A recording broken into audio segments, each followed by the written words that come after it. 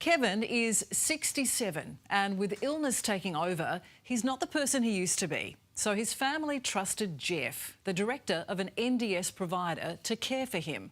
But they say he treated their dad like an ATM. Good morning, everybody, and welcome. He treated Dad like a bank account. As a nurse, if you do something wrong, your registration can be called into account and you have to answer to that. He didn't answer to anyone. Dad's been a hard worker all his life. He doesn't need this in his final months.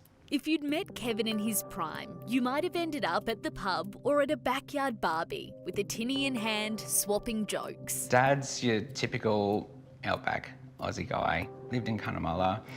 He used to enjoy a quiet beer out the back. These days though, Kevin's world is much smaller. Cruel illnesses, leaving him frail and dependent. He's had 3 strokes with early onset dementia, as well as in the last 6 months he's been diagnosed with terminal SCC cancer.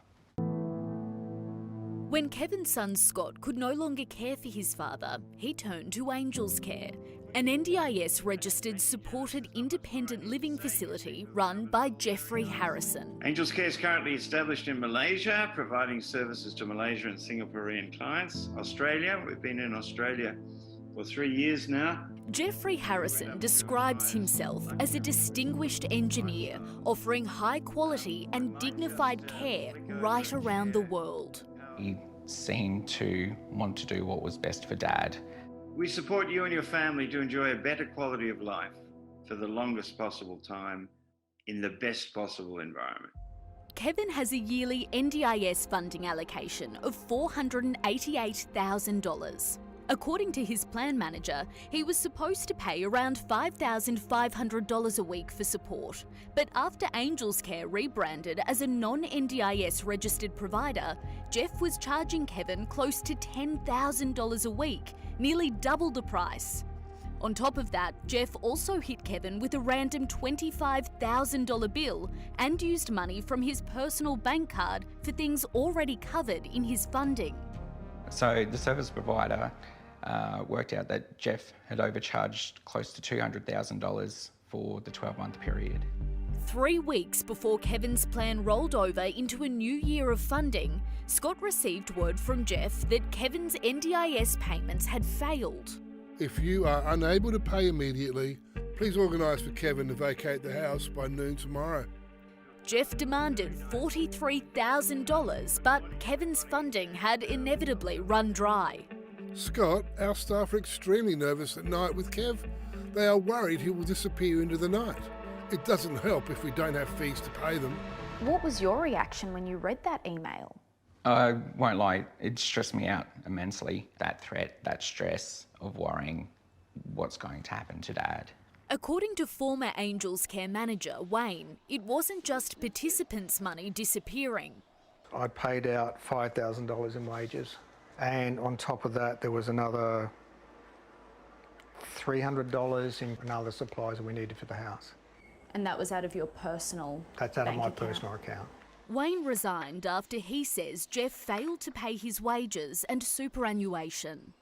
I rang Fair Works to put in a complaint and they said, you are one of a few people here with a current Fair Work claim. We will add you to the list. Jeffrey Harrison has a history of being in financial hot water. In 2022, he was investigated for not paying staff entitlements in Victoria. Fast forward to February last year, and Angels Care went into administration. By November, the NDIS Commission had permanently banned the company.